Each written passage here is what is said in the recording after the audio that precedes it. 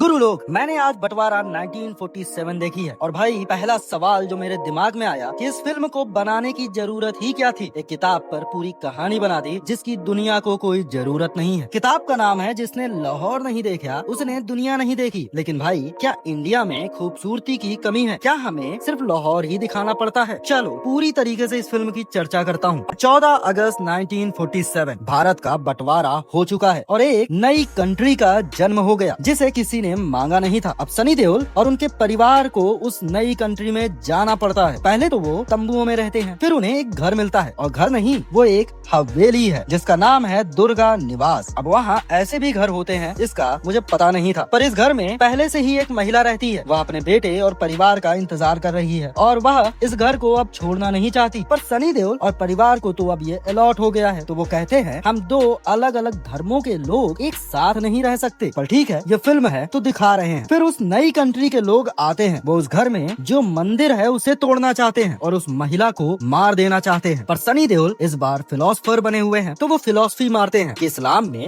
मंदिर तोड़ना मना है। और फिर ड्रामा, पॉलिटिक्स सब कुछ शुरू हो जाता है। लोग अपना नाम बनाना चाहते हैं तो वो आते हैं और ये सब चलता रहता है। अब फिल्म है तो इसमें कुछ अच्छाई तो होगी ही, तो बात कर लेते हैं। अब फिल्म के सीन्स अच्छे हैं, जो सेट बनाया गया है उसमें मेहनत दिख जाती है। वो रॉ टोन को पकड़ने की कोशिश करते हैं जो उस समय की होती थी और सिनेमेटोग्राफी परफेक्टली मैच कर जाती है। गाने ठीक ठाक ही थे, ऐसे कोई गाने नहीं है जिसको आप सुनोगे तो दिल को छू जाएंगे, पर फिर भी इसका बीजीएम और म्यूजिक ठीक ठाक था। सनी देओल यहाँ परफेक्ट है, उन्हें यहाँ चिल्लाने से मना किया गया है तो उन्होंने इस बार एक्टिंग से काम चलाया है। और प्रीति जिंटा को काफी सालों बाद देखकर अच्छा लगा। हालांकि प्रश्न जरूर है कि इसी फिल्म में वापस आने की क्या जरूरत थी, लेकिन जो भी है वो ठीक है। लेकिन अब मैं सीधा मेन मुद्दे पे आता हूँ। अब बॉलीवुड को गालियाँ खाने की आदत पड़ गई है। सब लोग बोलते रहते हैं पर इनको सुनना नहीं होता। बार बार वही एक कंट्री को पकड़ लेते हैं मानो उसके बिना उन्हें फिल्म बनानी ही नहीं आती। भाई हम 80 साल पहले आजाद हुए, उसके बाद इंडिया में बहुत कुछ हुआ, फिर भी इन्हें सिर्फ वही कंट्री मिलती है दिखाने के लिए। दुनिया में और भी कंट्रीज हैं, भारत में और भी चीजें हैं, लेकिन इन्हें अमन और आशा दिखाने से फुर्सत नहीं मिलती। और साल दर साल हमें भारत में भी बहुत कुछ देखने को मिल जाता है, फिर भी इनको वही पुरानी बीमारी फिर से याद आ जाती है और ये धूर्त होकर उसे बार बार बनाते रहते हैं। अब किताब भी उठाई तो लेफ्टिस्ट की सांप जैसी किताब है ये, और कहोगे लाहौर नहीं देखा तो जन्मया ही नहीं। मैं जन्म ले भी लिया और देखा भी नहीं उस शहर को, फिर भी मैं जी रहा हूँ। पर ये लोग उसी फिल्म को उठाएंगे, उसी फिल्म को बनाएंगे। अब मैं अपने आप को क्या समझूं कि मैं जन्मया ही नहीं? साला पूरी जनता को चूतिया बना करके रखा हुआ। बस भाई लोग, मैं इससे ज्यादा इस फिल्म के बारे में कोई बात नहीं करना चाहता। तो भाई लोग आज के लिए बस इतना ही। मूवी आपको देखनी है, सनी देओल के फैन हो, जाओ देख लो, एंजॉय कर लो। ठीक।